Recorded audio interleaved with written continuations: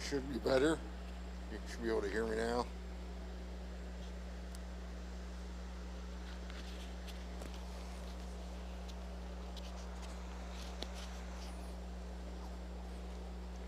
I'm running behind, so I don't have everything set up already.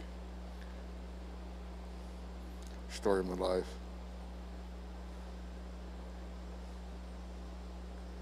I think there's a mute button on this thing. Hang on a second.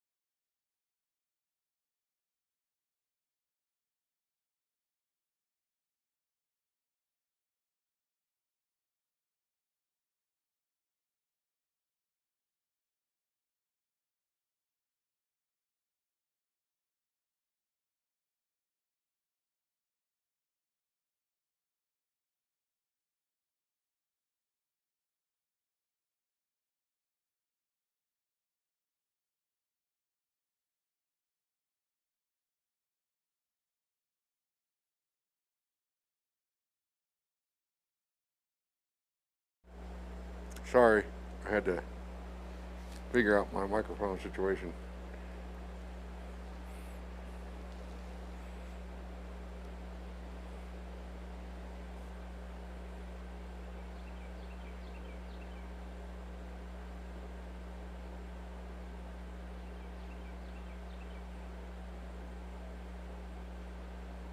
Josh, Shane, Steve, Chris. What's up, guys? Can you hear me okay? I'm still setting stuff up. Anvil cam is not in the right spot. I had some buddies come over during the weekend, and we did stuff. So I moved all the camera stuff out of the way, which would normally be where it should be. But that also gave me the opportunity to move this camera out a little bit so you can see. You should be able to see the vise now. Can't see all of it, but I mean you can see the vise, right? So if I come over to the vise, you can see the stuff, right? You're not going to get a lot of detail over there, but at least if I go to the vise now, you won't be like, well, where the hell did he go? Right on. Loud and proud. I like it. Oh, I forgot a microphone. Hang on. Let me. Where is it? I believe this is not it. Oh, this might be the source of some of the problems.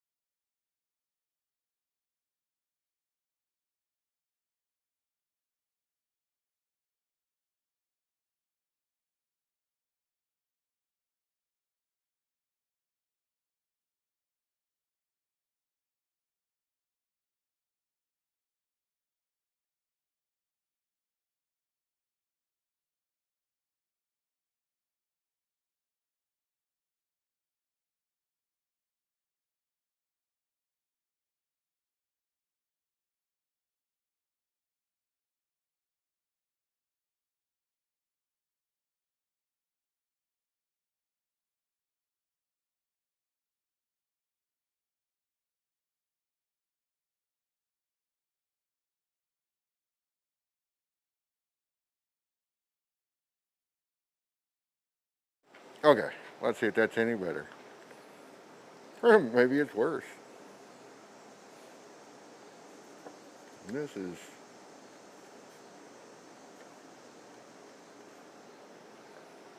kind of hectic. I did not bring. Bring that magnet is for real. again, I did not bring, excuse me, I did not bring my tablet. That's the words I'm looking for. I did not bring my tablet. I forgot it again. Okay, so I'm using the induction forge for most of this. So let me show you guys where I'm at. Can you see that over there? I might be able to move this around a little bit to show that off. Get my ass out of the way. So we're going to be over here for a minute, and I'll try my best to explain what I'm doing. Where the fuck is the zoom? There it is. So I'm going to do my best. I don't know how much I can move stuff around, but I'll see.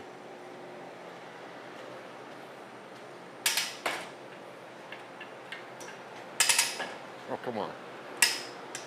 There we go.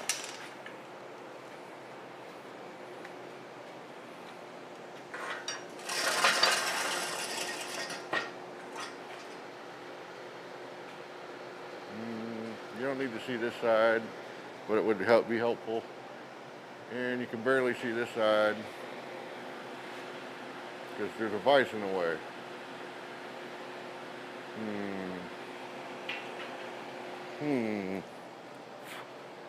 Let me see how well yeah, you can kind of see it, and I can take that other one off. Anyways, so this was a test piece that it cracked on me when I was bending it. I was bending it way crazy hot. I don't know if it's probably not going to focus on that, but trust me, there's some cracks in there. Hello, focusy thing. Focus on the focusy thing. Oh, maybe not. Anyways, I can pull back. Cracks are big enough that you can see them back here. You can see. I had like way overheated this piece when I was working it. I was using a torch, so it's probably oxidizing it as it went. Anyway.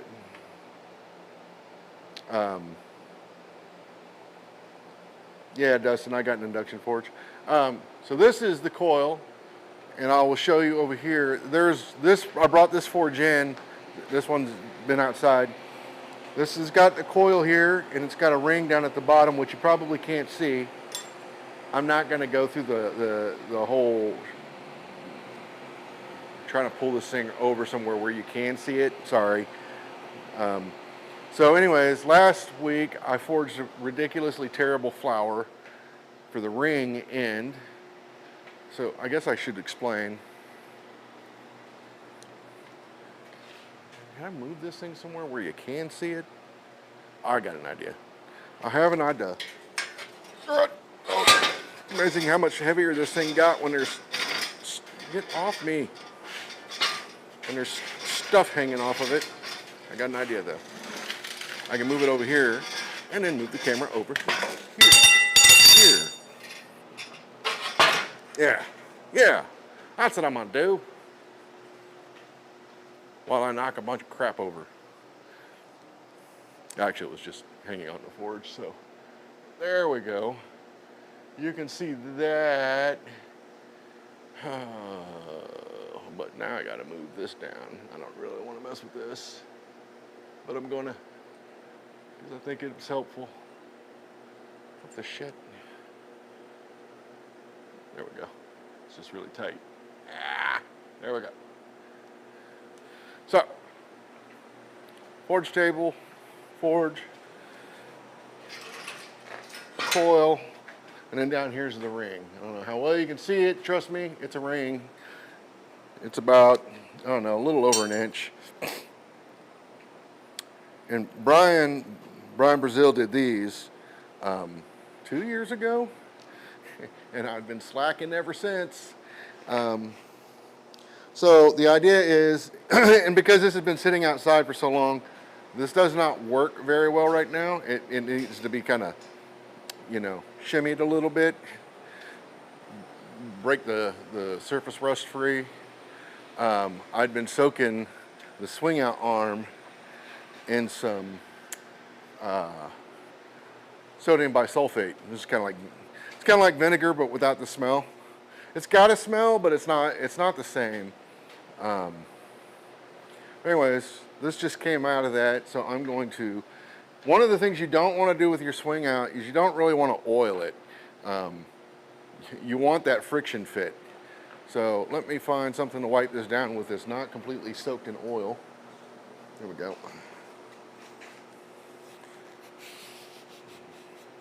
So by soaking it in the sodium bisulfate, it removes a lot of that surface rust, but it will also remove a layer, a very minute layer of the scale.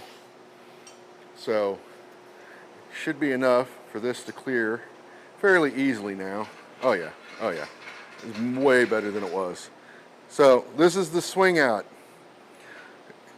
Now imagine your fire pot is in this area here, and you've got a long bar that you need to support. Well, the idea is you raise this up, and as you apply weight to this, it's not going down. I don't know if you can see that, but if I take the tension off and then lift up on this, it's going to go back down. So that's the idea here. And you can, so what's happening is as you apply weight to this bar, it's creating basically like a cantilever action going on inside this coil, and that bar is moving inside the coil, and it's created a bind. It's very similar to like the little squirrel cookers and stuff. If you guys are familiar with those, it's the same principle. So, anyways, I can take this one off of this forge and put it on any of the other forges. That's not a problem. But all the other forges really should have one. So I'm going to work on getting this done for the rest of the forges. Now, the ring at the bottom, so when the bar is stowed, of course that C-clamp is right in the road. So when the bar is stowed, there's room for it to wiggle. You can see that it's already kicking out a little bit. I don't know how well you can see it, but trust me, instead of straight, it's kicking out a little bit because it's only got one thing holding it, really. So what the ring does is prevent that leg from sticking way out. That's the only purpose it serves. It does nothing else. So it's critical in terms of you don't want the bottom of this bar, swinging out this way and tripping people. But at the same time, it's not critical at all in the function of the swing out itself. However, if your ring is making contact with your swing out bar, let's see it right here, right? So what's going to happen, see right there, this one's kind of got a problematic. I'm sitting here holding this like an asshole. That one is problematic in that it is touching. I need to take a torch to it and shift that ring over a little bit because it's touching. It's not allowing enough cantilever action on this end to bind up inside the coil because it's preventing it from moving out anymore. So it needs to be tweaked. I think what happened one day is either the bolts shifted, I've not checked that, or something ran into it and it tweaked that ring over because it used to work fine. So if I were to come over here, it seems to be holding fine right now. But if I take this down a little bit further, I think it gets to a point where it doesn't. I've tried to tweak it a little bit, so it seems to be working okay right now. And then as soon as you lift up on the bar, there it goes. It drops in. But it needs to be tweaked over just a hair. This one's not. That's the most tricky part about the rings. So this is, I was supposed to do this. I'm going to do this again because this one was a failure anyways, and I'll explain why here in a second. But let me move the camera back over and then back up. so it's back to normal. And then zoom back out. And then I think that's high enough, but it needs to move. Whoa, wrong way, wrong way, wrong way. I gotta keep my whiteboard in the frame though. There we go. so this is the ring that I forged today. I did this during lunch, and I did a flower. It's around here somewhere. Trust me, Paul has seen it. He knows how incredibly terrible it was, and he agreed, I think for the most part, that yes, redo that. However, as I started to redo it, I thought to myself, why a flower? It doesn't have to be a flower, it can be whatever the hell I want. So I opted to do a horse head. So this is the horse head I did. And then this is the main ring. The only thing left to do is I have to put the drift in and bend this up.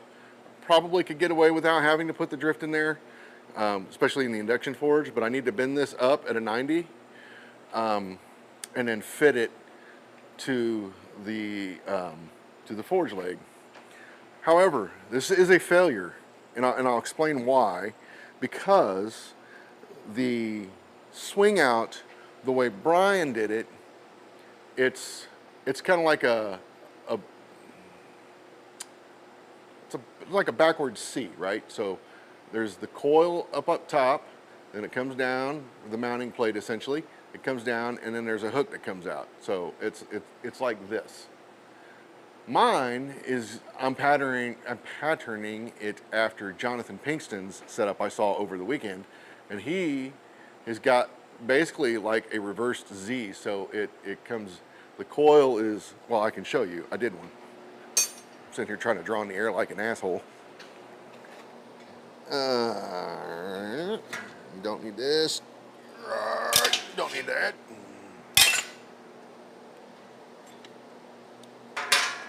Put this up here. So this bar has not been soaking in anything, so it's a little tight. So let me put this up here.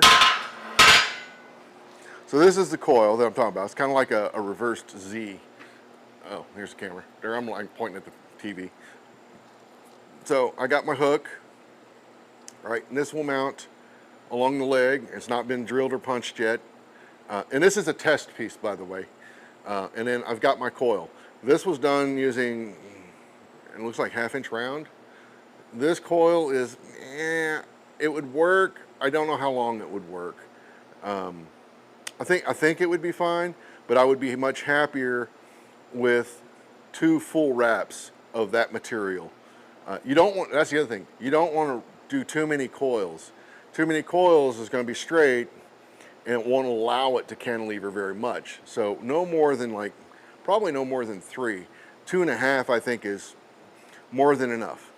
And a lot of that really depends on the thickness of material you're using. I'm using 1/2 inch in this case, so I would feel better if this coil was a little bit, it had a second coil up here, just to give it a little bit more to grab onto. But this will work as is, and I'll probably continue to use it, but it was a test piece. You can talk about my flower that way. So this was a test piece I did a couple days ago. Like I said, it works. I would be happier with more coils. That's really the big thing. But other than that, I proved out that everything I needed to do worked. I got my order of operations back in my head. That's the other thing, I haven't made one of these in a while, so I had to go through the process again to remember the order of operations in a way that makes sense. I also had to change them a little bit because I was using the induction forge for all of this. I think using the coal forge, some of this wouldn't have mattered at all. Because basically I needed to taper this end and then taper this end. Then I worked on the hex ball. I don't know how well you can see the little hex ball on there, but I was happy with it. And then drew that out a little bit. Then I came back and addressed this, which it still needs to be dressed. I left it round. It shouldn't be round. So the problem with it being round, or it's not that it's a problem, but it's proud of the mounting plate. So that can be problematic as long as if it's up against a piece of flat bar, right? Like, so if this is sticking out, it will never allow this to fully seat like it should. So I need to dress that back a little bit, which means I'll just flatten this, which is not a big deal. But anyways, like I said, test piece. This is also why I never got around to punching or drilling it. I was like, I just need to prove out that it works, and the amount of material I picked worked. 12 inches and ½ inch, not enough, by the way. I think 14 would have been the way to go, maybe even 15. 14 is more than enough, though. Like I said, you don't want too many wraps on the coil. Too many wraps, it won't allow it to shift.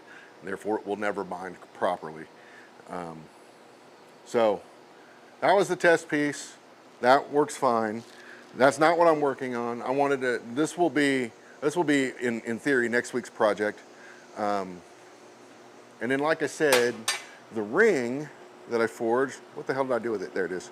The ring that I forged for it, I did the horse head, right? So the reason this is fail, and I'll explain this in a second. If I go pick up the thing I just put down, maybe. Where did I put it down at? That's the real question. Ha!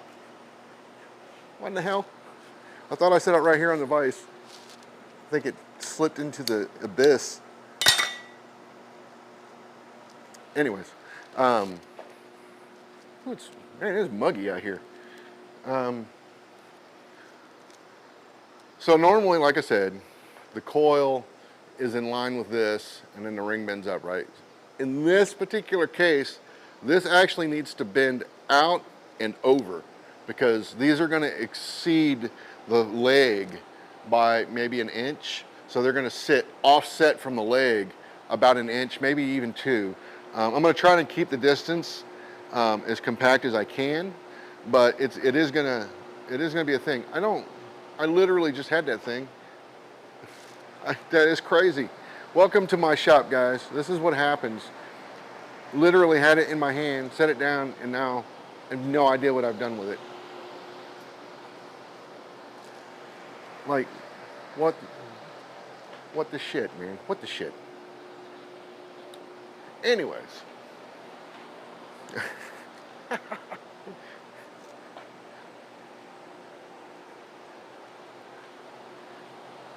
Did it fall off and I not realize it?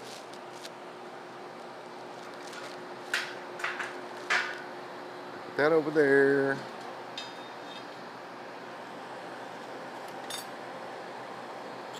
That's the other problem. Everything in my shop is the same rusty color, so it's hard to locate things. So this is not the one, but I'll show you what I'm talking about.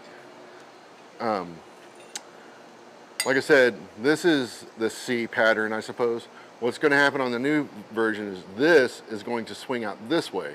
So it's going to be offset from the leg, I don't know, about that much. So this has to match that. When I made this, I was not thinking about that at all. I was thinking, I can still use this. This isn't fail, it's fail for what I want. I just saw it, the coil. I'm putting it on my tool tray in case anybody's asking or wondering. So they can help me find it later.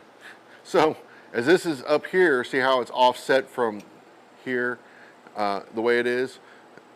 This is going to mount in essentially the same place, but this ring has to move out and rotate so that it goes through in the same orientation, and probably needs to rotate around a little. And there's just, I don't think there's enough material in here to pull that off and still remain somewhat robust.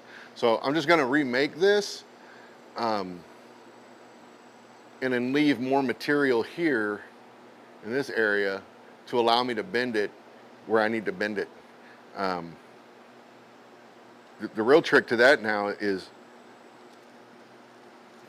not too much material. Otherwise, you're you know, you've got additional issues, right? I mean, then it's too far out. So what I really need to do is figure out, and this is easy, right? So I know this This offset, this will not change. This should never change because I'm going to be using the same bending jig for this at all times. You know, it can change depending on where you clamp it on the bar, but that we're talking minor variations, like no more than 1/8 of an inch off. So the tolerances there are, you know, you could play with some things. But this, like I said, this has to mount below this, the coil, and this piece has to bend that way and probably that way. Maybe not that way, we'll see. It could just be that I need to bend it this way and then fold it up, and then it's going to be golden. But we'll see. And again, this isn't overly critical, but I mean, if you're going to do one of these, just add it. I'm actually fairly happy with the ring and the way it came out. I was looking at the one that's on my other forge. This is actually bigger. Like, I think I got into a contest with my anvil about getting this thing round. It's still not there, but it's good enough. And in that process, this thing just kept getting bigger. But I mean, it's got plenty of meat in there, so it's not just gonna fold up or whatever. I'm quite happy with the turnout of that. But anyways, so this is what I'm doing today. It's gonna be the same thing. I might shorten this distance here. It doesn't need to be that long. I cheesed this on the power hammer for the most part. I mean, I got it there, then I finished it by hand, but for the most part, that's actually why it's as long as it is, because that's essentially the width of my dies. So that's why it's that way. And like I said, this was, I want to say it was a test piece. It kind of was, but it kind of wasn't at the same time. It was one of those test pieces I was hoping I could use. But then after I did it and I started looking at what was here, I realized, man, I was like, man, hers just really, I might be able to pull it off, but I like this fat transition right here. So I want to leave that. It just adds a lot of strength to the ring itself. So really, all I'd like to do is add probably no more than 1 inch of material to this. Probably 1/2 inch to maybe 3/4 of an inch of additional material there to give it that bend that I want. But we'll see. This could be a test piece too, or the one I'm going to do. That all said, I'm tired of talking. I want to beat on something. Oh, hey, that was already on, y'all. Let's see how much. This thing has been leaking, and I don't remember it leaking from the spot it was leaking in. But let's see if I fixed that. I don't know. I did not. So it's still leaking.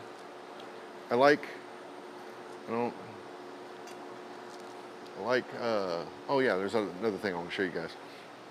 Let me try to clean this up a little bit. Get my cup back under there. It's like when I fix one leak, I find a new one. Or a new one starts. So this time it's back here. I don't know if that's going to catch it or not. We'll see. Material. I'll need some material. And that is not, where in the hell? I'll tell y'all what. You would think I would get prepared before actually I was running late. We cooked burgers tonight, so. This is not an acceptably sized piece. All right, let me do one thing at a time here and light my cigar.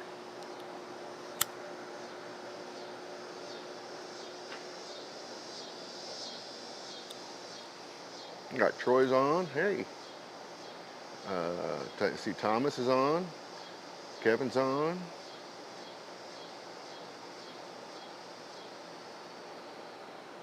See Paul. Everybody else, right on. So I had a piece. I don't really want to use this. I will if I have to. but I don't really want to.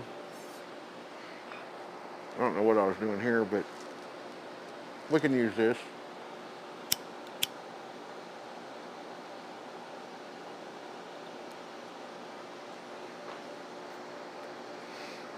This is not the best coil for this particular job. Oh, you know what? I meant to show you guys. Also, if you've got a 2x72 grinder or any kind of belt grinder really, Brian over at Housemade has these 3D print files. You can download these for free. You gotta kind of like, it's like you're shopping, but they're free. And you can download these and print them out and mount them on your wall and then hang your 2x72 belts on there.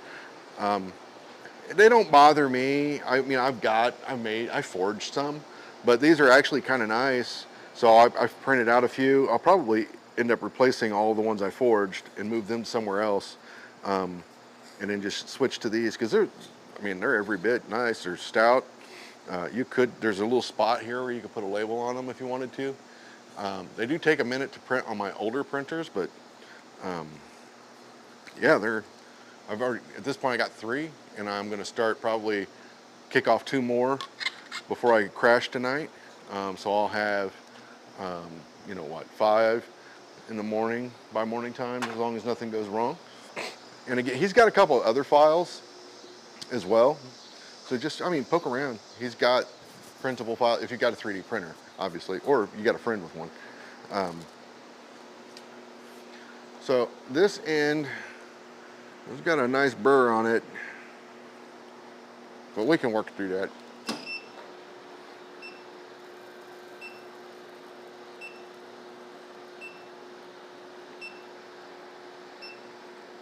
And again, this coil is not the most efficient sized coil for what I'm working on, but I'm too lazy to swap it out right now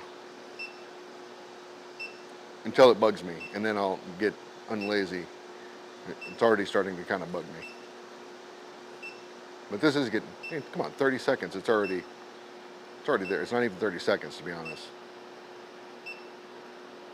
I have the automatic timer set to 45 seconds, which is, for most of the stuff I've been working on, seems to be right on perfect.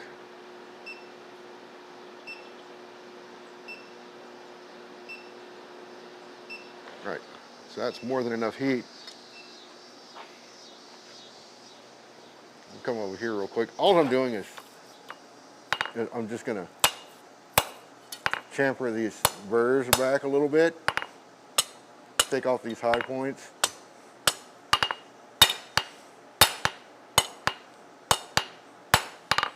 It does affect the overall look of the horse.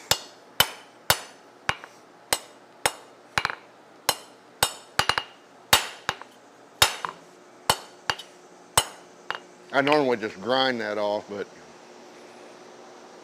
that'll be okay. Yeah, I would normally just grind that off, but when the grinder's way over there, and like I said, I'm lazy. I don't feel like going way over there. Could use a rasp. That's way over there, 4 steps away. I ain't about all that. If this horse looks funky, I'll cut it and redo it, but I think it'll be fine.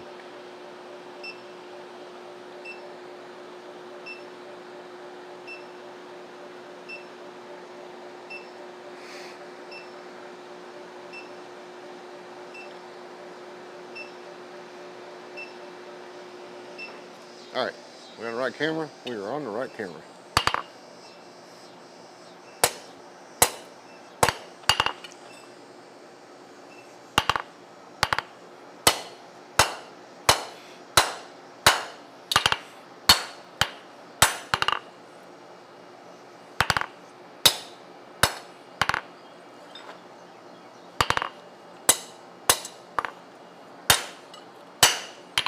A little more heat than that, but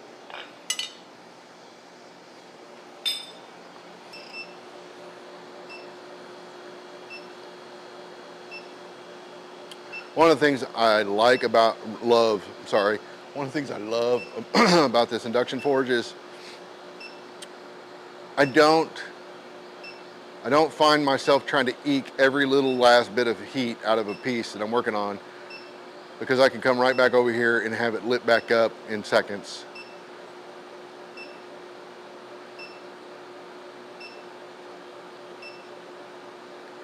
I mean, I still do to a degree, but some of that is just working it cold to it's like a finishing heat. All right. Need to define this neck a little bit better.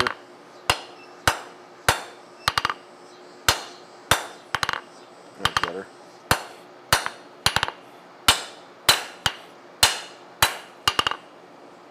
Okay. Sharper edge than that.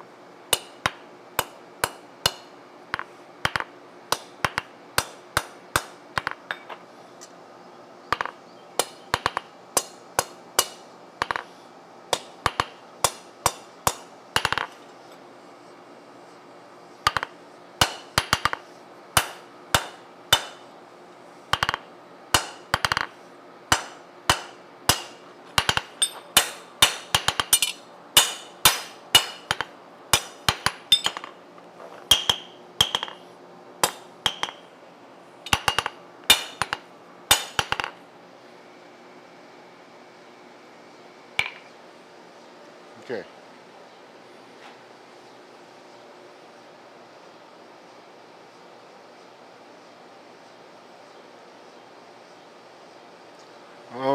Making what we call a swing out for my forge, Thomas. It's a hold up material. When you have a long piece in there, you can swing it out and it will support this material. Material rest, tool rest, I don't know what. We call it a swing out. You know, us Brazil nuts, us cheek spreaders. I love that. All right, so I need to take this over to the vise, which now has crap piled upon it. Can you guys see the vise still? Yeah, kinda. I'm just gonna bend this up. That should be enough heat to do that.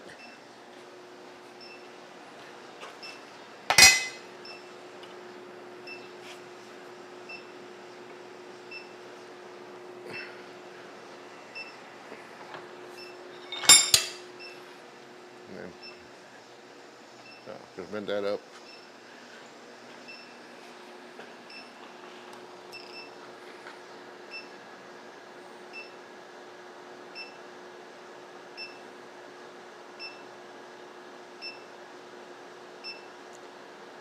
So the direction of the horse head in this particular instance does matter. I want it to face into the forge, so I don't have to bend it way back too much. Because that's really about all the more I want it. So I want him to look this way.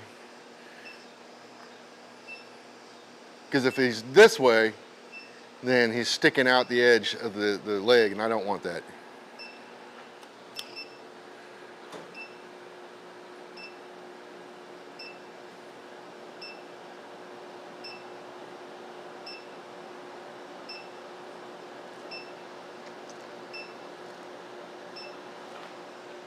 Okay, get a chisel.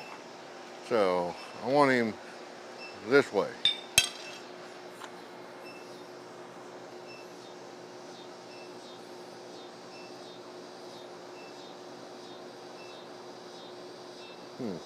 I don't want that ear to look though. Let's just do the mouth first. Y'all can't even see. Y'all can't even see.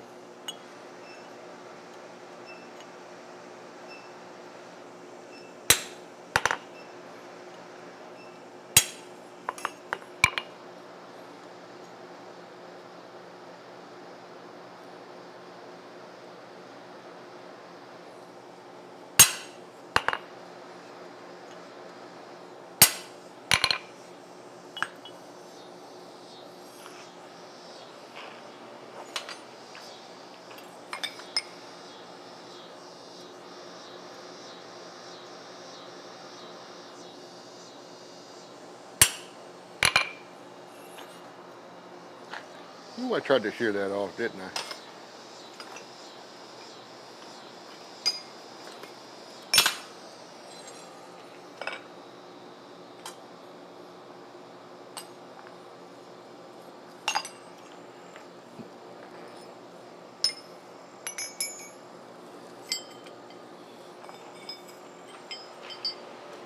Put those away. Find the eyeball. I didn't like the one I used earlier, so I'm gonna, well, at least not for this head.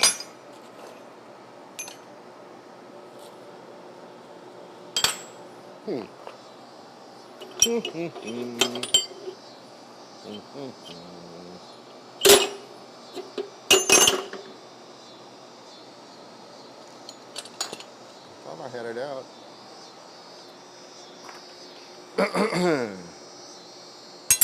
I swear my stream is primarily me looking for shit. So I'll need these two. I'm gonna put them right up here.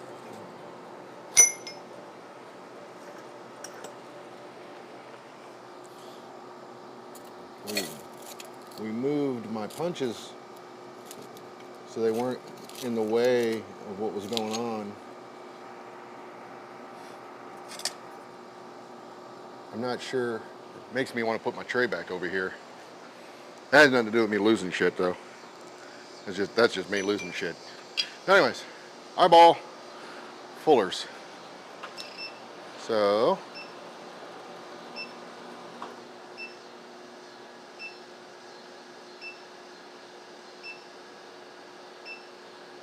come over here and get him warm. And get it hot.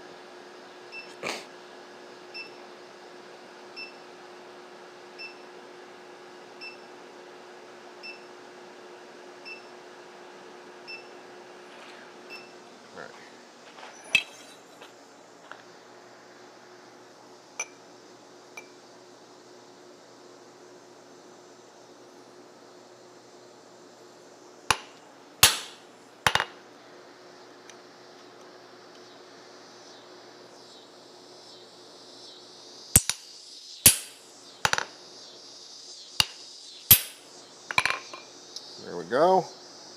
I like it. I like it. I'll flatten that out a little bit.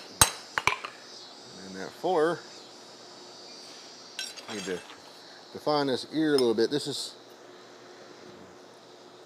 backwards from how I would normally do this.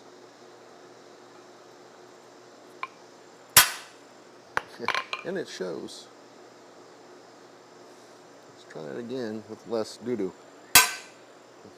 Alright, so.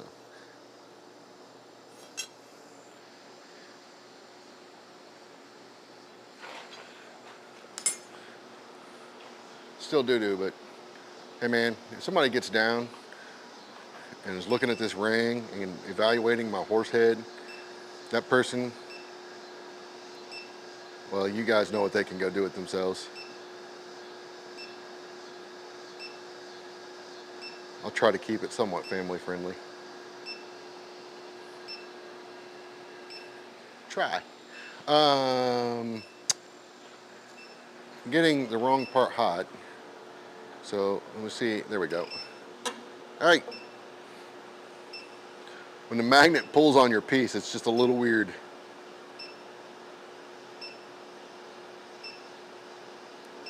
Or the coils. All right.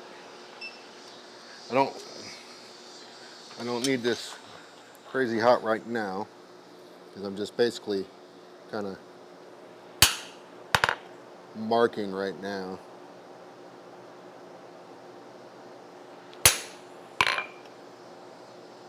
Trying to get these somewhat equally spaced.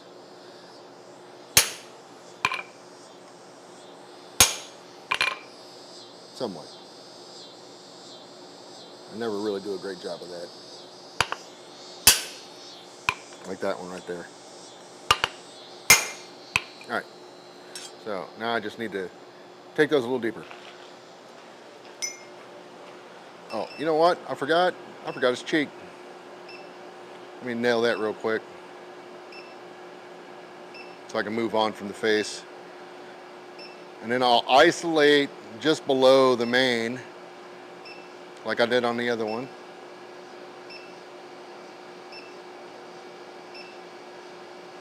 And that's where the first bolt hole will be put.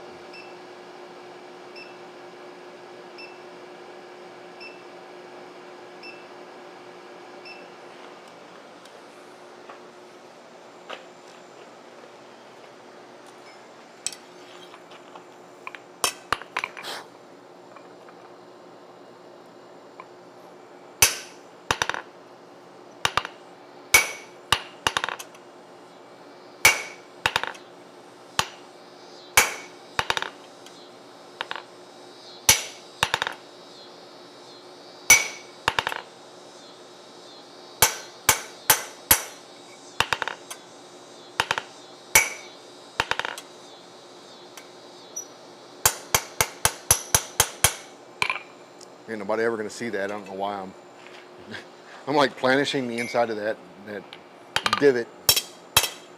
So anyways, there's that. Now I'm just gonna define, what the hell? I'm just gonna define, why is this thing on here? I do not want to add any of that to the screen. F off.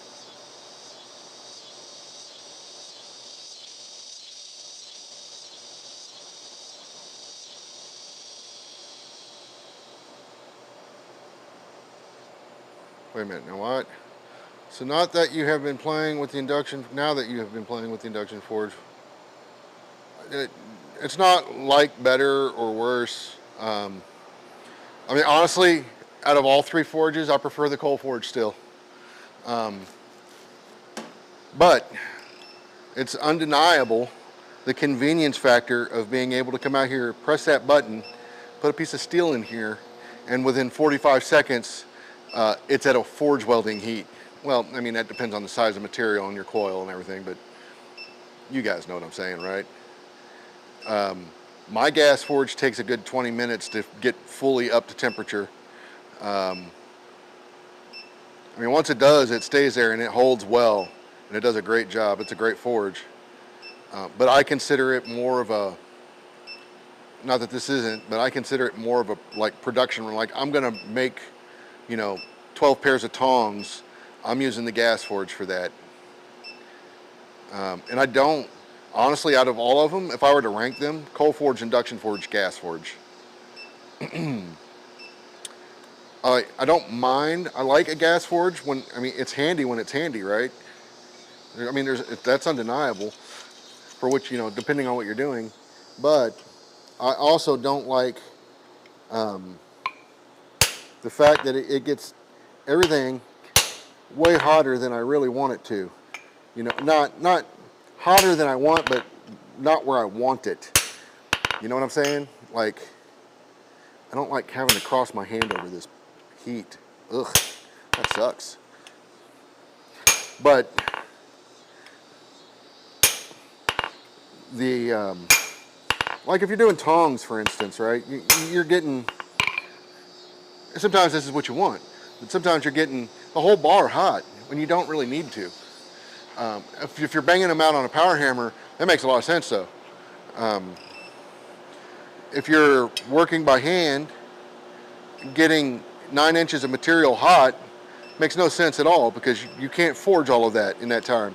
You can hit it, you're not doing anything in that time frame. If you want to make any substantial gain, you want to focus on a couple inches at a time. You can do that with the induction forge, but I feel even there you're limited. I think coal forge is better for that personally. But like I said, if you got a power hammer and you're doing a production run of like tongs, 12 of them, yeah, I vote gas forge. If I'm doing a bunch of hammers with my power hammer, it would make more sense to do that in the gas forge. Whew, that get warm.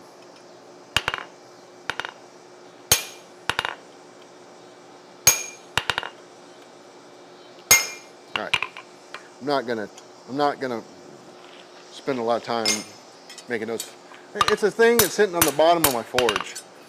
You know, do I want it to look nice? Yes, but I'm also gonna, you know, I'm not gonna spend loads of time on it either. But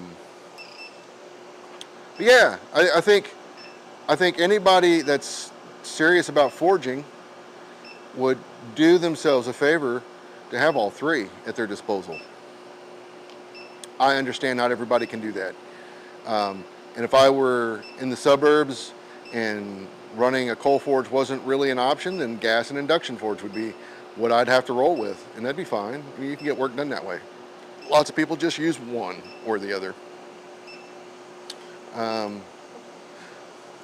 Easier to pass it this way. I guess I should touch mark it real quick. I don't know why I'm touch marking something that's staying in my shop, but what the hell? Why not?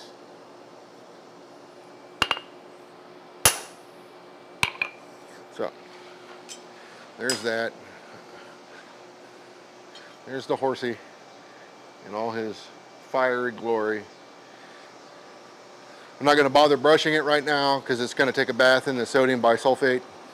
But now I need to isolate a chunk of material, and I'm going to use my guillotine tool for that with fullerene dies in it. This guy. And I'm just going to isolate a little bit of material right below where I signed it. And who am I kidding? I'll probably still use the power hammer for this.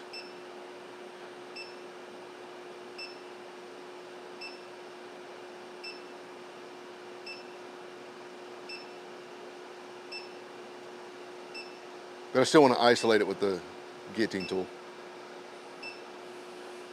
But yeah, dude, the induction forge is awesome, man. I mean, come on, man. This is awesome. It's muggy as hell out here tonight. I was running late. I actually was planning to run a coal fire tonight, but then I looked at the time and I was like, it's not a good idea to try to do that right now. So, induction forge it is, and it's working fine. It worked fine earlier. This is the only tricky part with the guillotine tool is, where's my touch mark? Make sure I'm not on it. All right.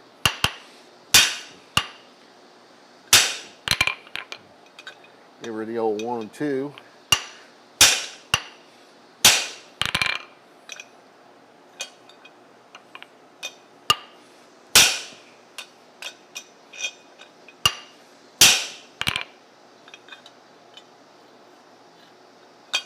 All right. Take these corners down.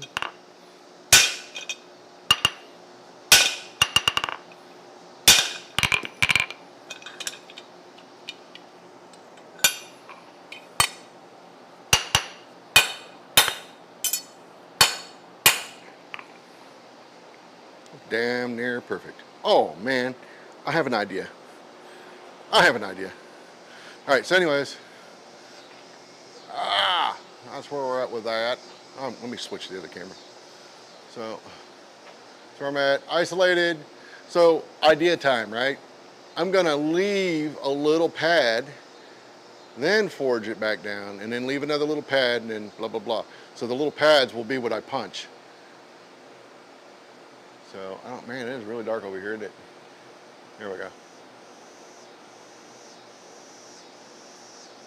So, yeah, dumb ideas. So I'm full of them.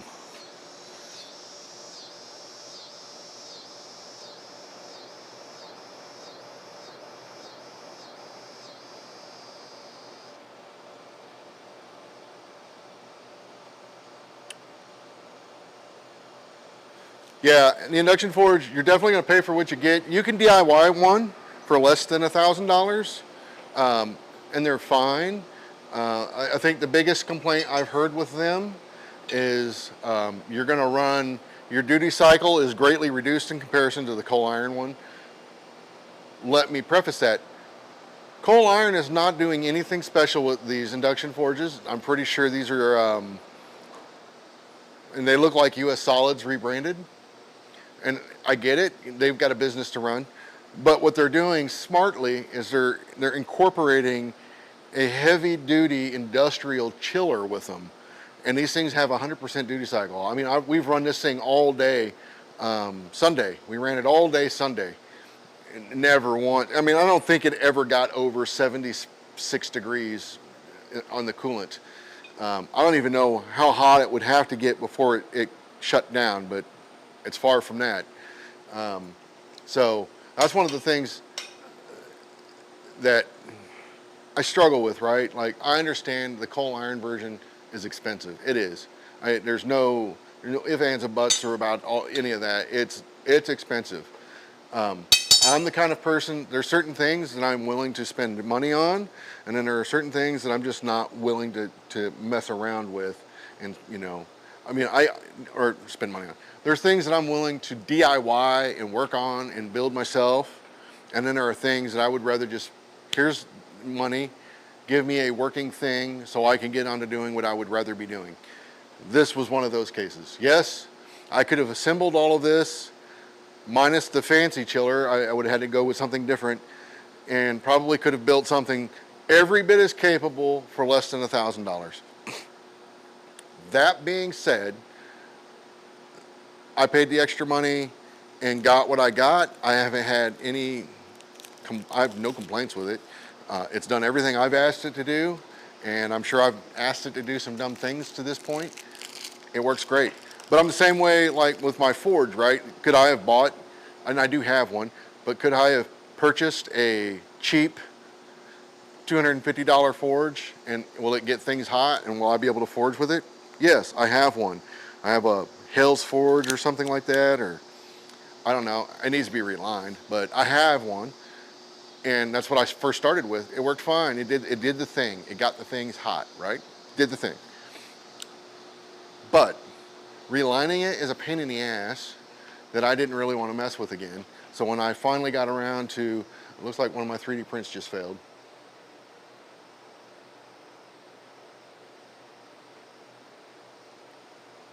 Yeah, fantastic. Anyways, the price on the coal one, I don't know I want to say 2,500 bucks maybe. And a big portion of that purchase price is the chiller. And they make a 25 kilowatt, I want to say. It's like a step up from this. So it's the same thing. It just gets things hotter faster. And I think you could put bigger coils on it maybe and get away with that. But I don't know what it costs. I want to say it's right along the same amount of money as their digital press controller, which I want to say it's like $3,500. So it was like $1,000 more. And I just didn't need all that. So I went with the 15 kilowatt, and it's been serving me fine. And honestly, on days like this, or even hotter days, it's awesome because I don't have to start a fire. I don't have to stand next to a raging hot, forge. I just come over here, press a button, do the thing. It's great. So I'm a fanboy. I love them. But I would never say is one better than the other. Yes, there is one. One is better than all of them, easily in my opinion. That's the coal forge, because it is easily the most robust, and it will probably, I don't know about the induction forge, but I know I can easily get my coal forge hotter than any gas forge I've seen. Not that you can't get things hot in a gas forge, but most gas forges I've seen don't come close. I can put a variety of shapes and sizes on this table and get them all hot. I've put 65-pound, blocks of steel in here and got them hot. That's not going to work on the induction forge, and I'm not sure it would even fit in the gas forge that I've got. I've got another bigger one, but the amount of time it would take to get that damn thing hot, putting that big piece of steel in there, coal forge all day long, easily. But behind that, I would say the induction forge and the gas forge in my shop. Because if I'm working, like I said, if we're doing a lot of stuff and we're going to be using the power hammer for things, it only makes sense to run the gas forge for most of that. when we can. But if we're just doing smaller things that easily fit in coils, we use the induction forge and the power hammer. But if we're doing, like I said, like if we were to do tongs, like, you know, in my opinion, if you're going to sit around and make tongs, you might as well make several pair. So at that point, a gas forge just makes more sense. You could do it with the induction forge. It's not as efficient in my opinion. But one of the other things that's nice about the induction forge is if you're doing hand tools and you need to harden them, you know, and temper them, you can do all of that right there on that machine. You can make all your tools, then you can set it up for, you can set the heat to the appropriate heat that you need to quench. Then you can reset the heat to temper. All right there. It's awesome. They run, Thomas, this one runs on a 220 30 amp circuit. I think they recommend 50 amp, but it will run on a 30 amp. I've not exceeded that. Now I can't speak for the DIY jobs. I don't have enough information on those, but this particular one's 220 30 amp. It'll run fine. Because we realized that on this wall over here, that wall over there has got a 30 amp circuit. We thought it was a 50, and then we kept popping the breaker when we were trying to get the hammer to work. We couldn't figure out what was going on, and it turned out that it was actually a 30, and the hammer was seized up at that point, so it just kept triggering, it kept blowing the breaker. Since it's been freed up though, we've been running it off the 30 amp and it's been fine. So it was just drawing a lot of amps when it was seized up. And once we broke it free, it sat for a while. So we just really had to break it, you know, not break it apart, but we had to unseize it, free it.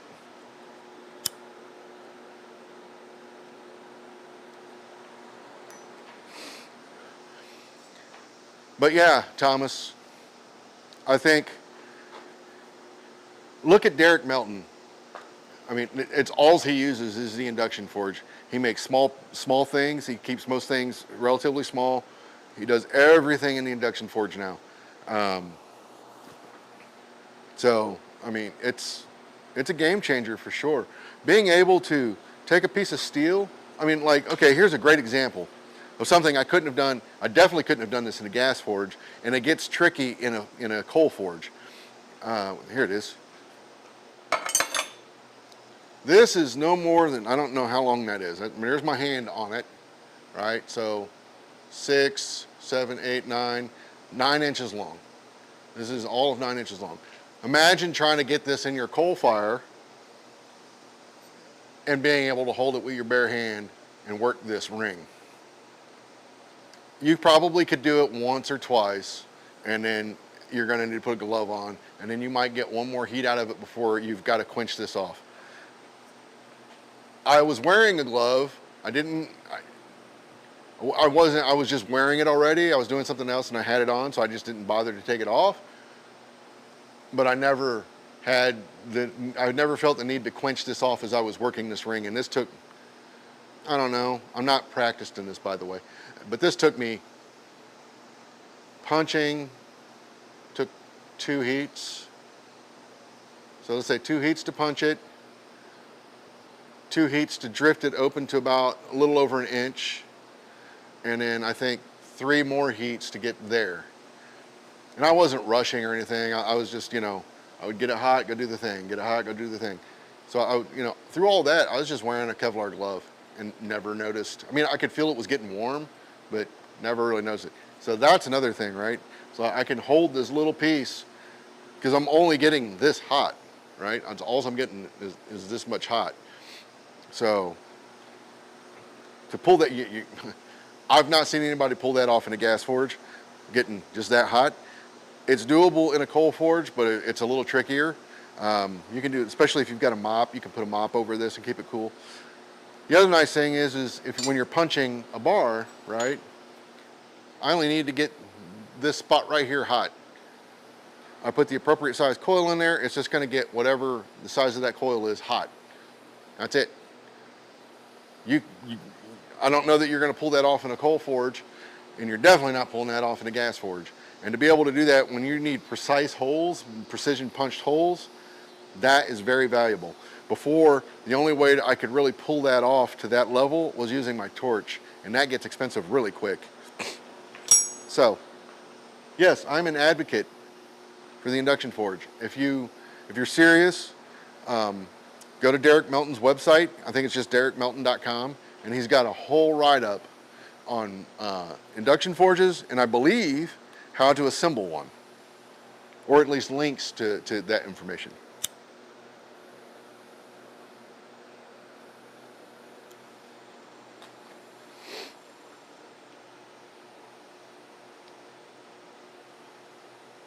Hey, Jeff.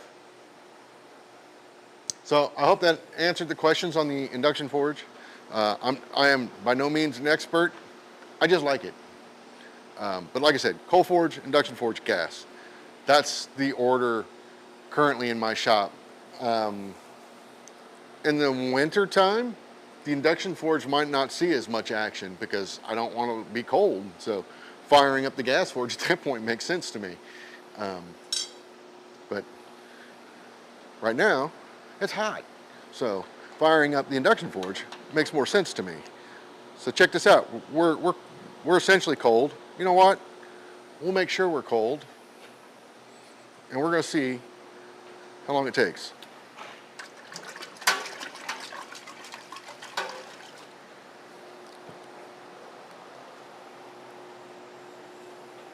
Yeah, see? Cold.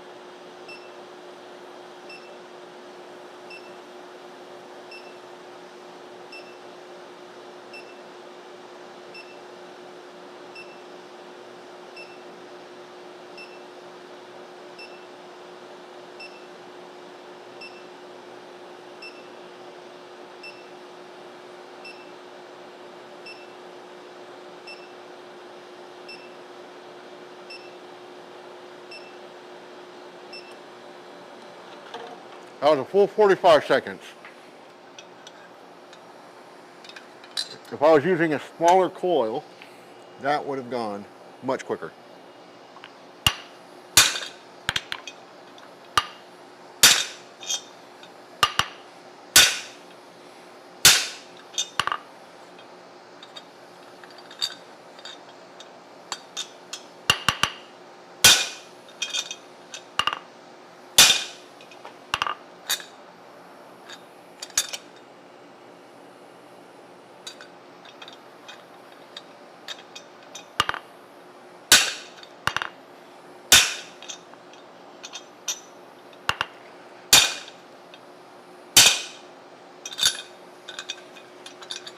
Okay. Come on, give it back.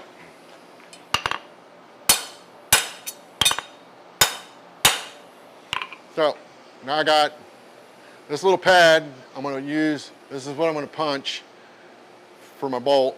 And then I'm going to do the same thing down here. Doesn't need to be that long.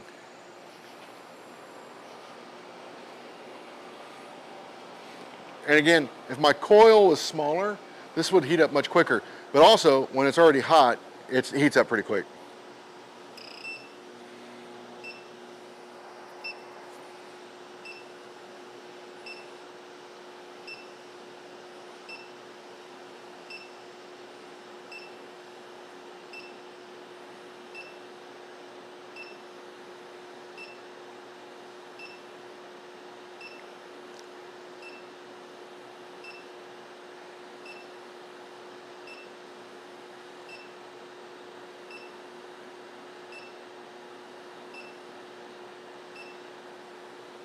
So in 30 seconds, that's as hot as it was earlier, and I was lower down.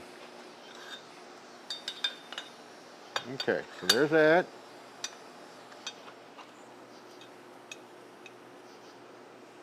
Right there. That's a good enough spot.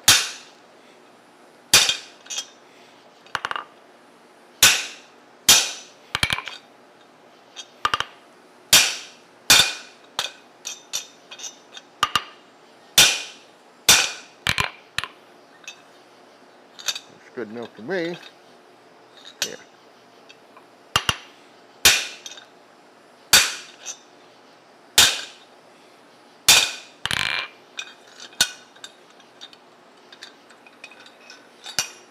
Alright, so now I just want to check them all back. So I'll get both of those pads hot.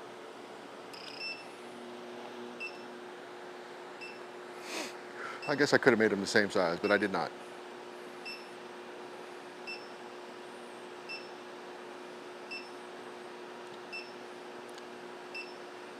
Technically, I still can, but I'm not that worried about it.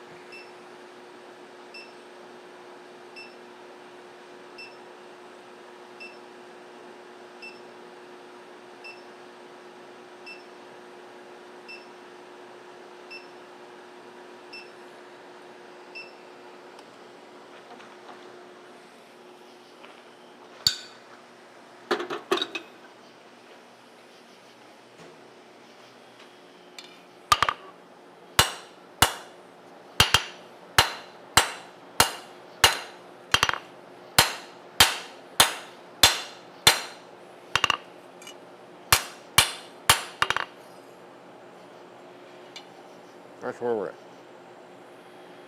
And since they're already hot, might as well punch them, right? I mean, might as well. If I can find a punch, there it is.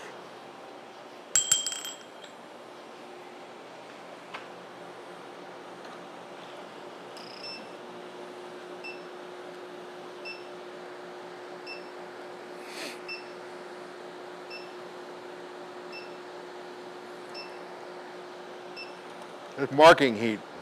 I'm just trying to locate it, then I'll punch it.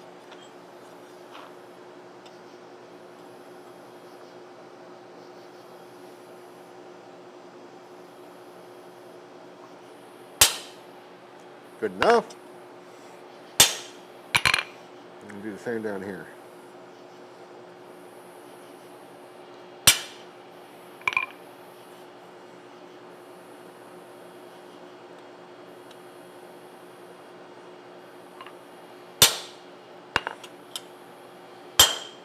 All right.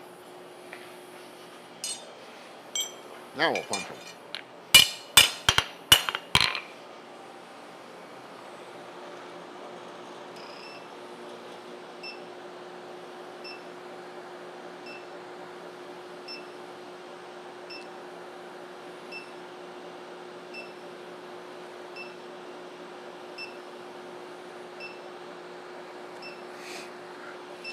I definitely don't like standing here holding a piece. I need to build a stand for this thing so I can put a piece on it, you know, and have it centered on the coil. So I can just lay a piece down and then slide it in.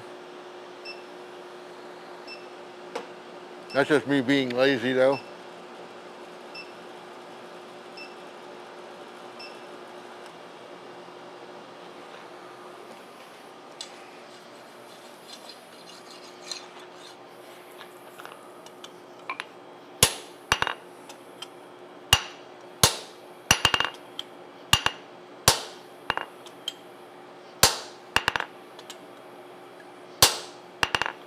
A little cold there, that's okay.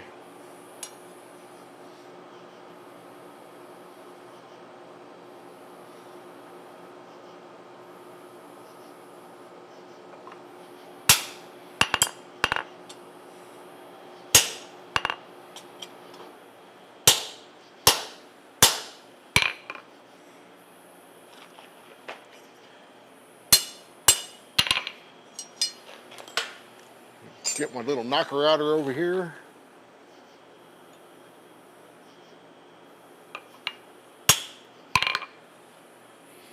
One hole. Oh.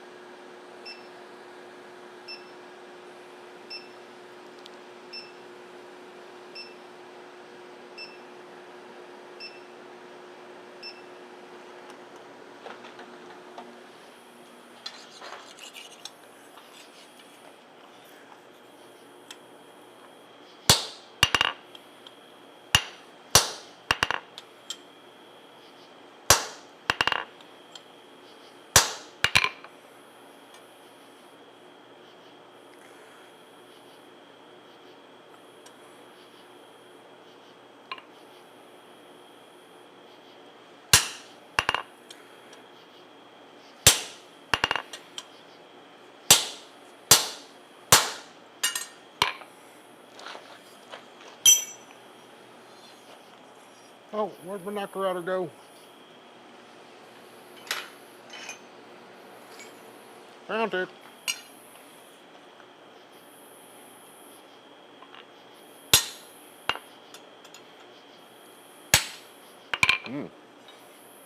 Might not have sheared that. We might not have sheared that.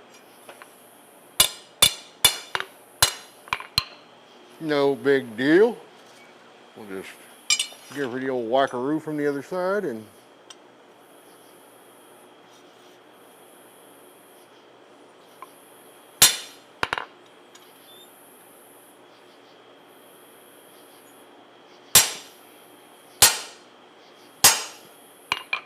yeah, definitely off.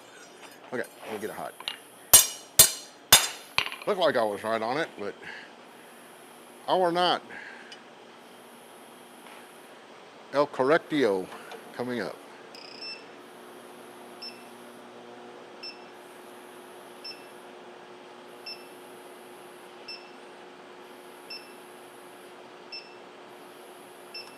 I don't need it crazy hot for this. I just need it hotter.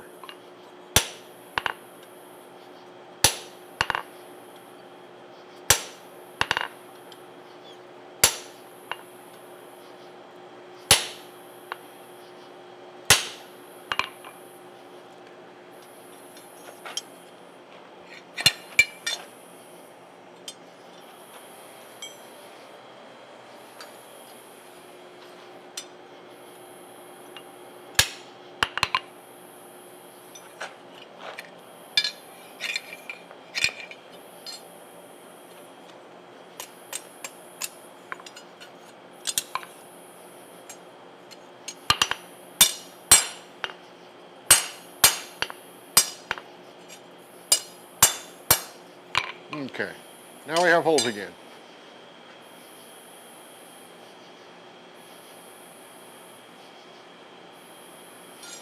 I like it. I like that little pad idea. I don't know why.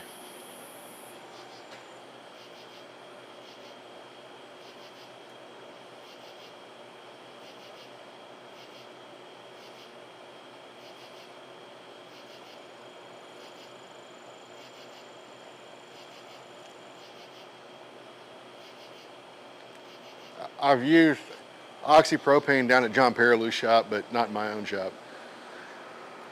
Okay, so now I need to slit and drift this down here. Did I make this thing just as long as the other one? And don't mind the spammer. They go away. If they don't, I'll make them go away. I have a special set of skills for that. I do. Okay, I just want to make sure I didn't make this thing just as long. I did not. Okay, cool. That was the goal, was to shorten that up just a bit. I could have still made it shorter, but that is inconsequential. That doesn't matter too much. I mean, it could be this big. I mean, it could be, I mean, I guess there is a length limitation there, but it's not, it doesn't matter too much. How about that?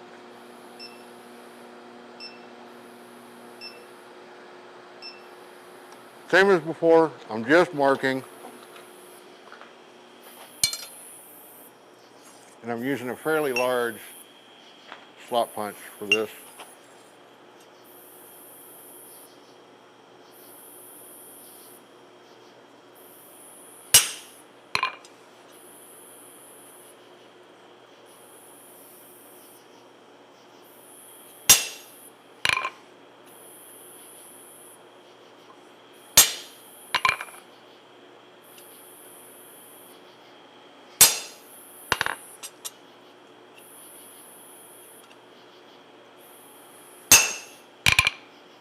Not quite straight, but that's okay. Kind of like me, huh?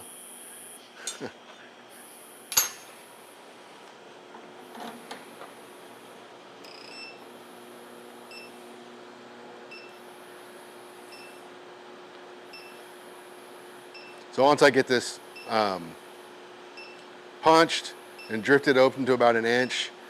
Then I'll cut it off so I can forge the ring. Hopefully I don't mess it up. We'll see. We will see. We will see. See if I can straighten this a little bit too while I'm here.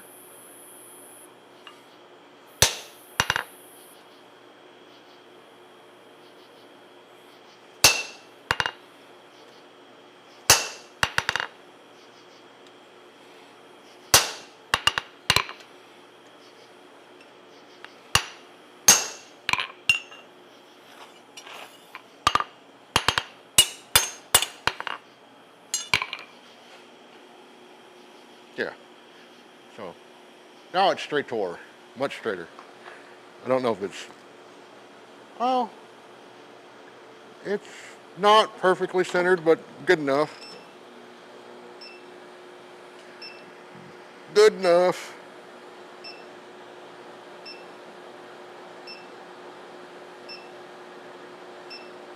I'm not getting this nearly as hot as I should be.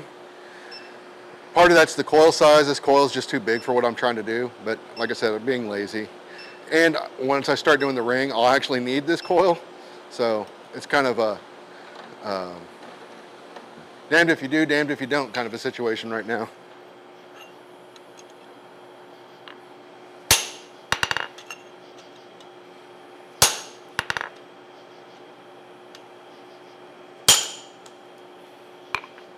Wow. I'm going to say that heat treat was no good. Look at that, guys.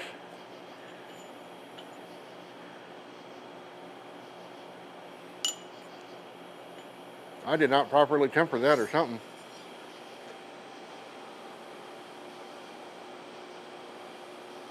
That's okay. That's okay. It isn't, but it's okay.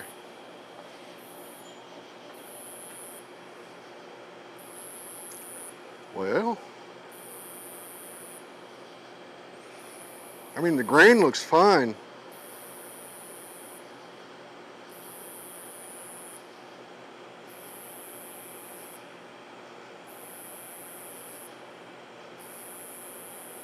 I mean, shit. Odds to be a knife maker with grain like that. I don't know what happened. There could have been a nick or something in there I just didn't see.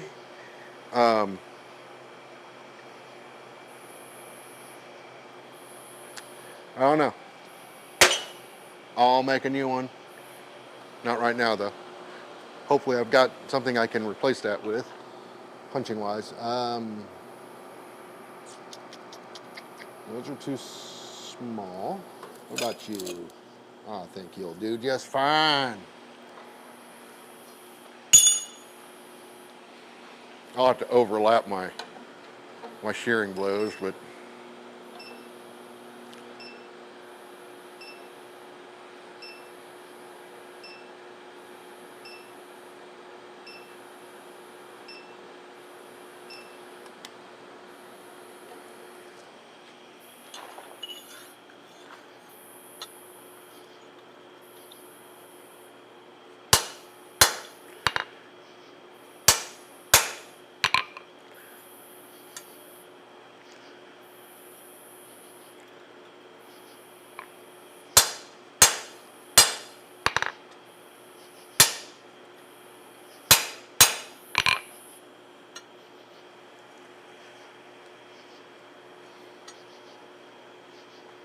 well, I can't see nothing with these glasses.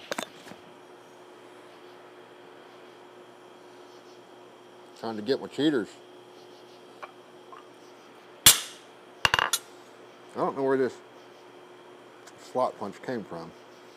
It's got a really round striking end on it, though.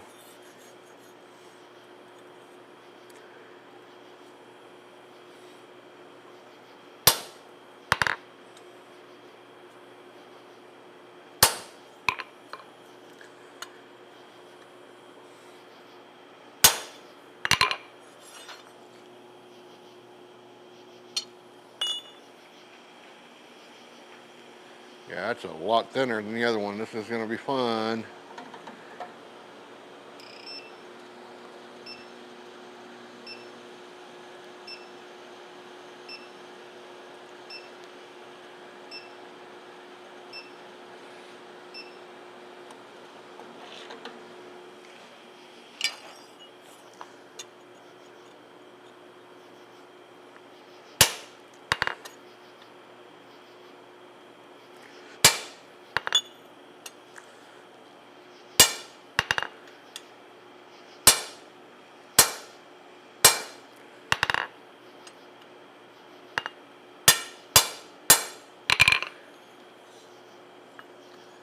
think it's sheared out.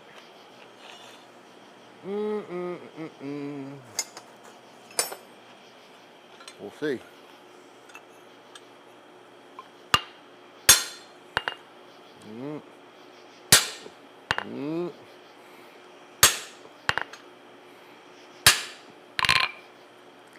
Yeah, that was quite a bit thinner than the other one.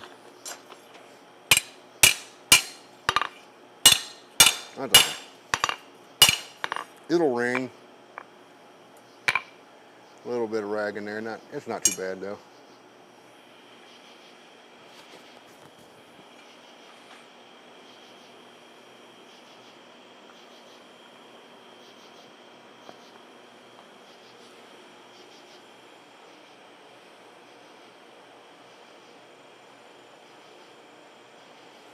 So yeah, let me drift this open.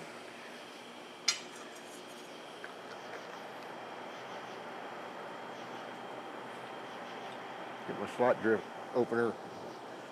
opening drift out. Okay.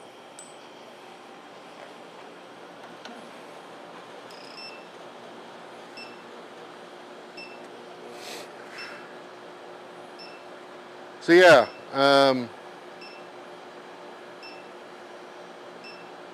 it's always good when you make a tool, make a couple. You never know, you might break one, and you're in a bind, and you got to make it later. Just make a couple at once. I usually do that, and I'm sure I did on that. I just don't know where it's at.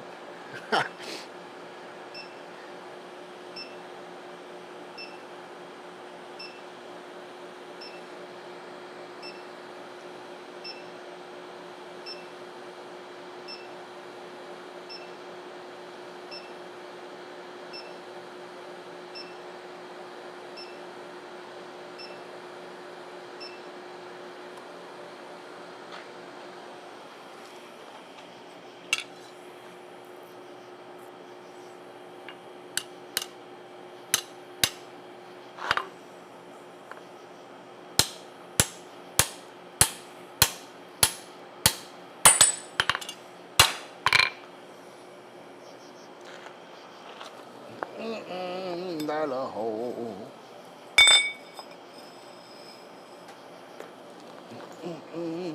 Bigger drift. Make sure it goes through the hole.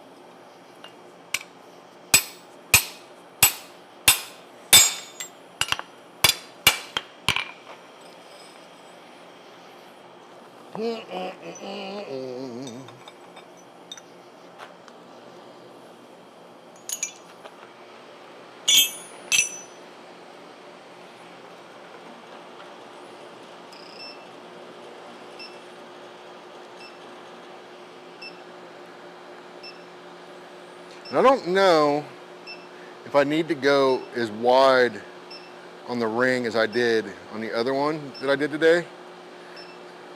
It's a lot bigger than even the one Brian did. However, having it wider reduces the opportunity for it to bind on the ring versus the coil. So there is that. We'll see. We'll see.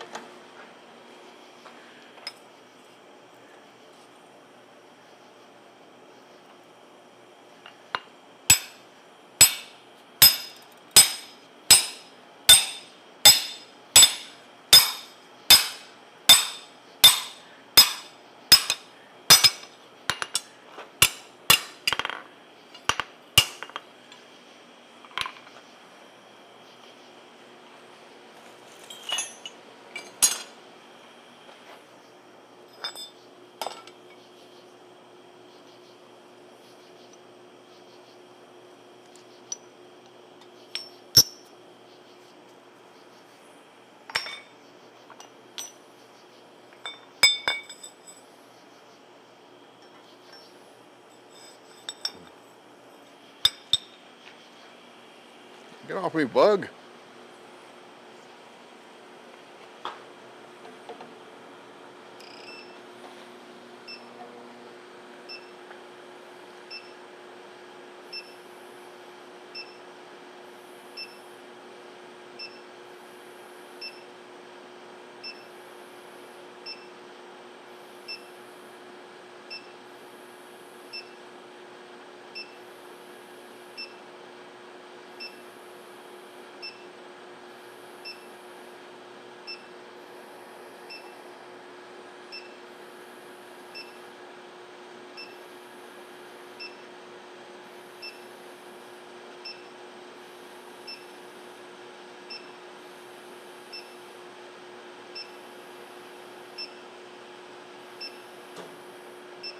I want this one good and hot because it's a bit bigger drift. I mean, it should always be good and hot, but I'm not always about that.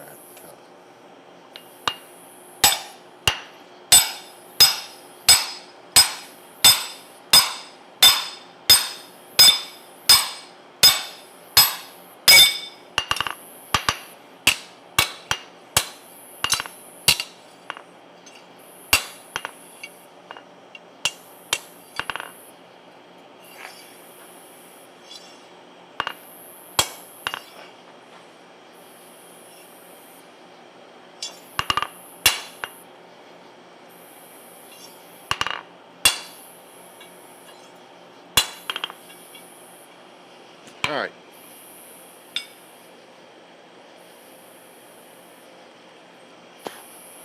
Getting there. However, I'm running out of, well, I've ran out of dial hole. So, I've got, I don't know what size this thing is. I want to say it's inch and an eighth or maybe inch and a quarter. I don't know. Hell, at this point, I'm not even sure what I did with it. I thought I put it down in here, but now I got to move the guillotine tool. I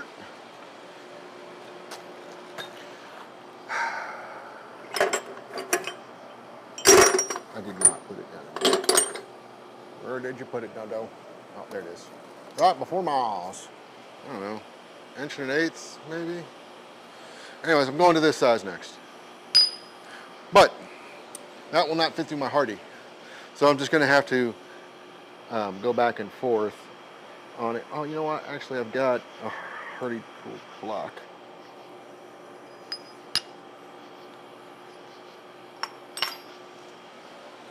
Let me go grab it.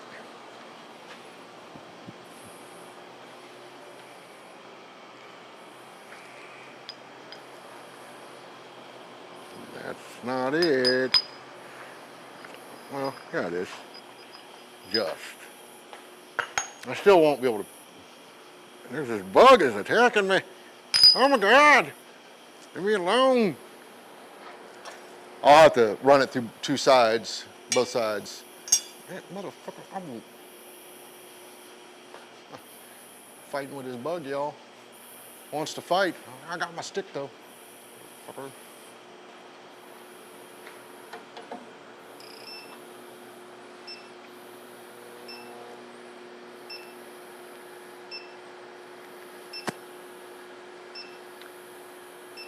But I think drifting to this size is really all the more I need to do. And if I need to open it up, I can always do that later. But I think this might be really all I need to do. I'm gonna get it good and hot.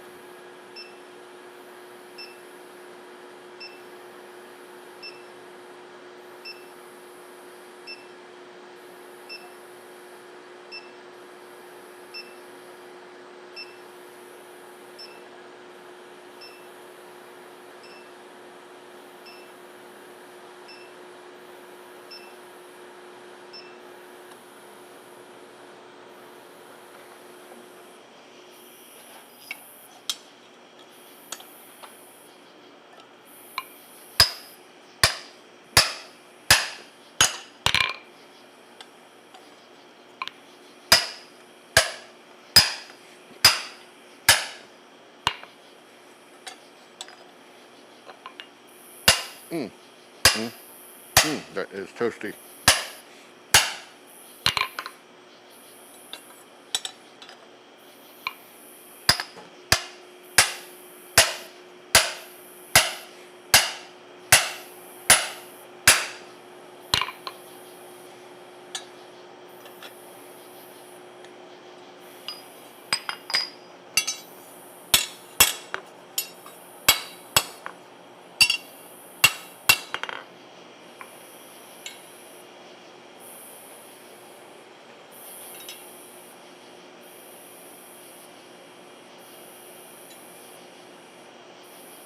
I think that's going to be, I mean, it's a 5/8 bar, so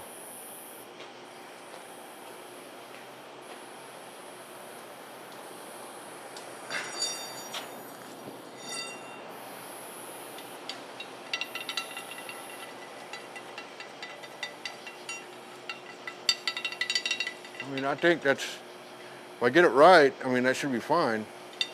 There's plenty of clearance on all sides if it's right in the middle.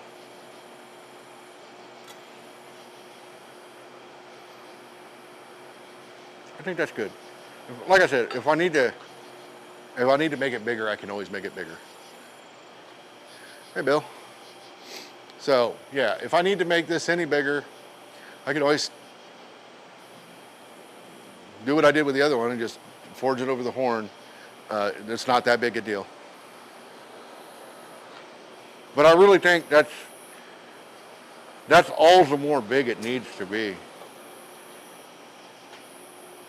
So I'm gonna go ahead and cut that off. And at this point, this is when this bigger coil is handy. Otherwise, I'm starting to get into the realm of can't quite squeeze it in there.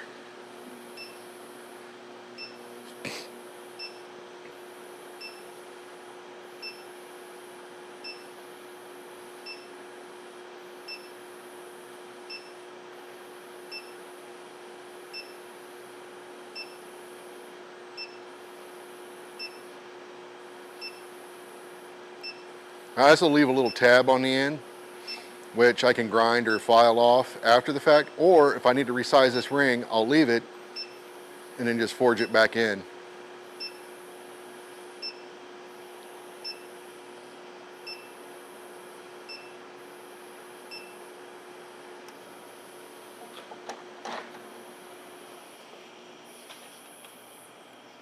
And I want to leave at least as much material on the outside of this as around this ring.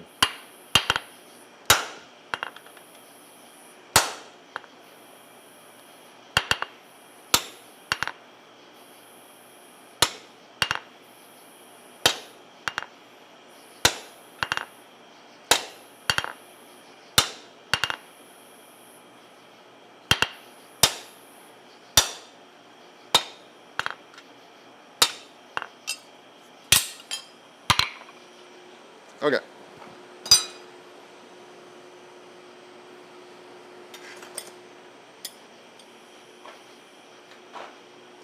So that's where I'm at with that.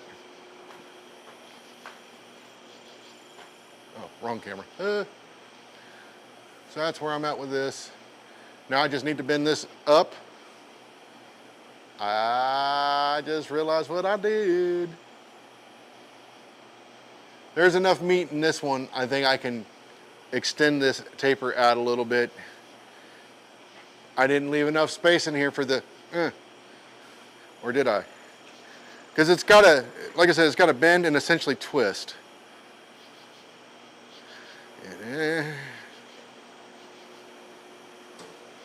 Well, ain't no time like the present to find out.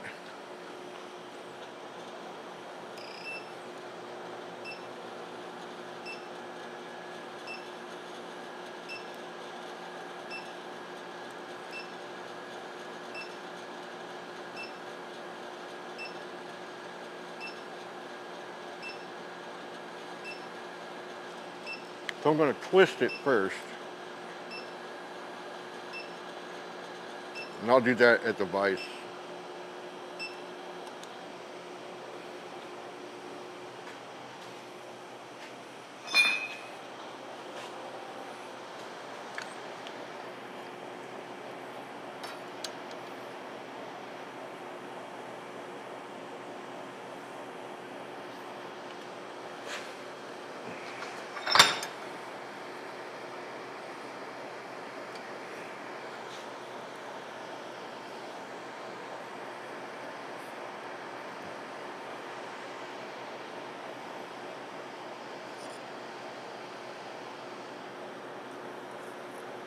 I think this will work.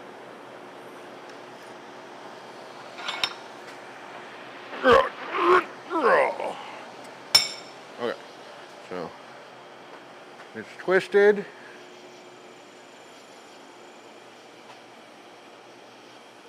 So reminder, it's going to be this way. Now this needs to go out. But I'm going to forge this down a little bit.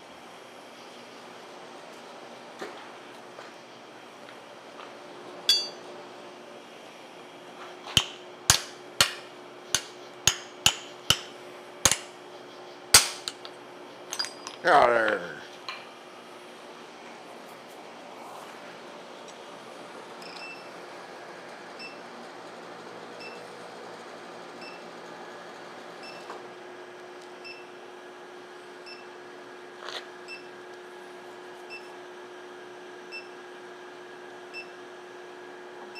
I can feel that bug biting me.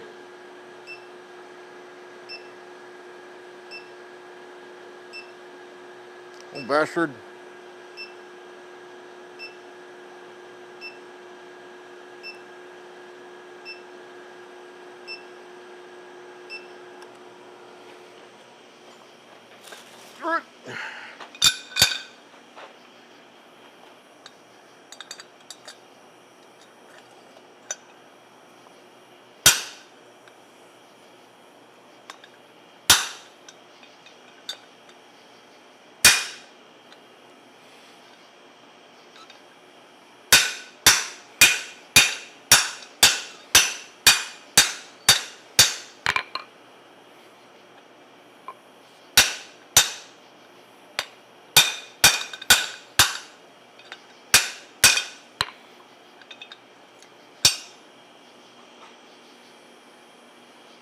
Better. So I just kind of tried to round that up a little bit. I might take one more heat and do that again. But God, these bugs, man, are eating me alive, y'all.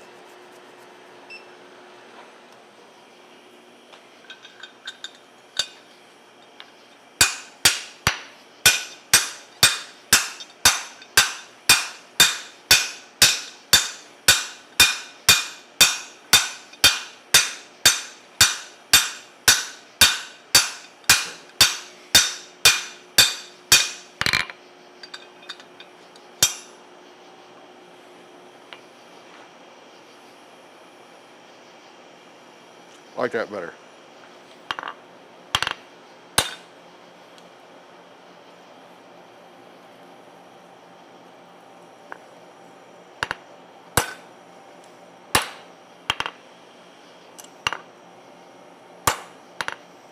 Okay.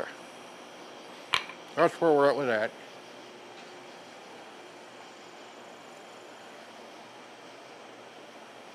Not the prettiest transition, but hey, it transitioned. So, anyways, now I need to bend it that way.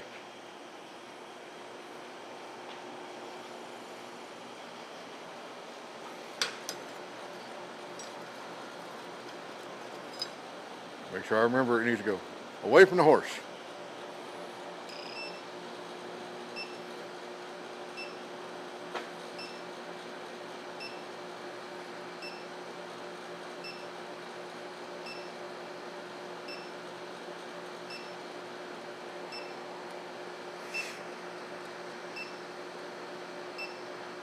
Actually, I'm going to do this in the vise.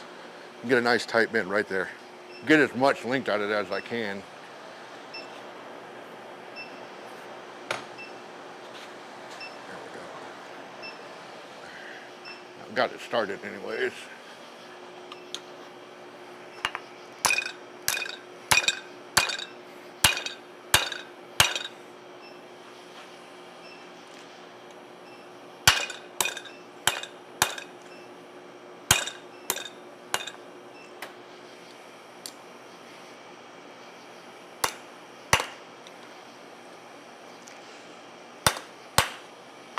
And there will definitely need to be some tweaking of this. I can see it's a little,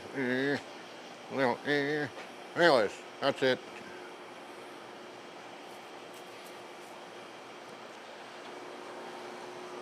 Reposition my grip on this thing. So, that's what we got. And then this will be used to help retain. I don't know if you can really see it on this. I'll try to put it on this side. See, you can see it down here. So it'll hang off the edge of that. I don't know if it's long enough though. It looks like it could have been a little bit longer. I might straighten it, see if I can stretch it out a little bit more, but man, I don't want to take it too thin. I knew I was forgetting something, y'all. Anyways.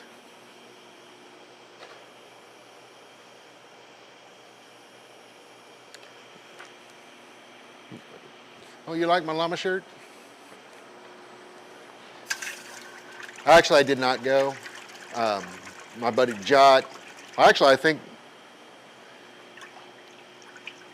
well, Jot sent me the shirt, but I'm pretty sure that they did or do a lot of those over at John Perillou's shop, and I've been there a couple of times, just not for a llama thing. Anyways, there's that. This is going to require some tweaking. I have a feeling I'm going to have to straighten this out and see if I can stretch this out just a little bit more. And if not, I will remake it this week at some point. But I'm not going to make you guys suffer through watching me do this one again.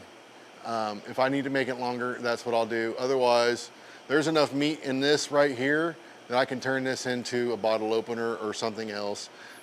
There's a variety of things I could do with this. So, it's not a loss.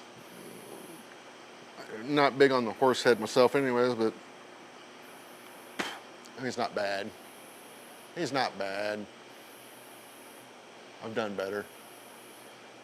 Not much, but better.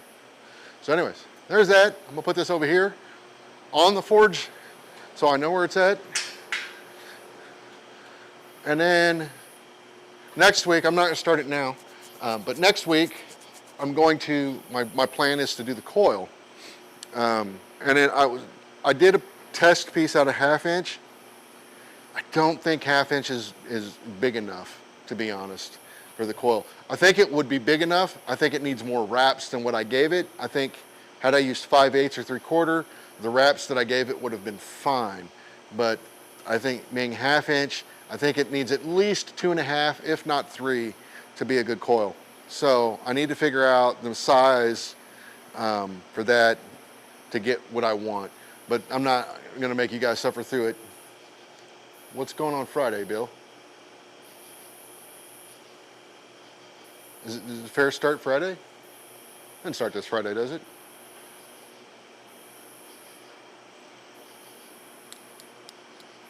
If it does, I had not planned for that. Oh, shoot. Really? Fair? Is it really this weekend? Yeah, I'll be there. Holy crap. I'm glad you said something because I'm sitting here like, oh, that's all next week.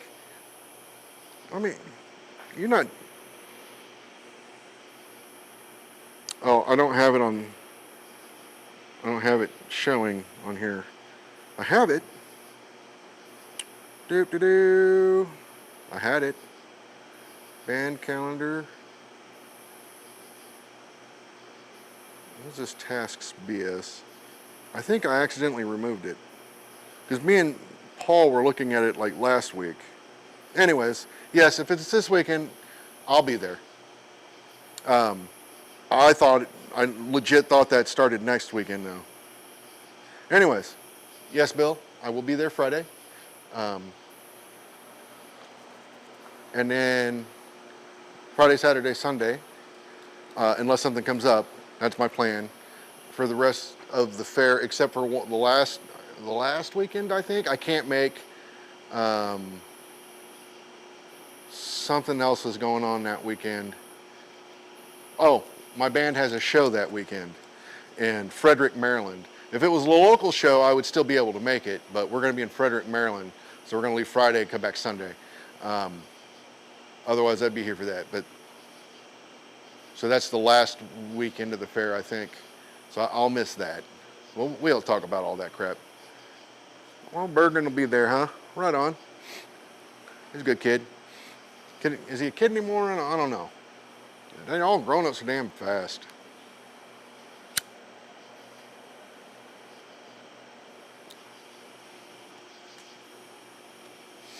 So anyways, I'm going to start shutting down because really there's no need for me to continue on with where, at least from where I'm at. Doesn't make any sense because I'll be up here all night, which is fine with me. But I'm trying to keep to a schedule on the stream, keeping it under 2.5 hours if I can. Not that I've had any complaints. It just seems like it would be more apt to get people to watch if it wasn't like a 5-hour stream. If that makes any sense. I mean, it could all just be in my head too. Man, these bugs are out thick tonight. Holy crap. I mean, they are swarming me. I must smell amazing. Or like a dried up turd. I don't know, one or the other. Or a fresh turd, maybe. Maybe I smell like a fresh turd.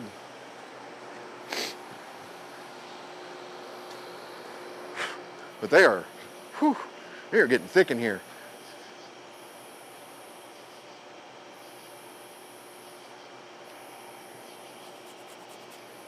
Getting thick.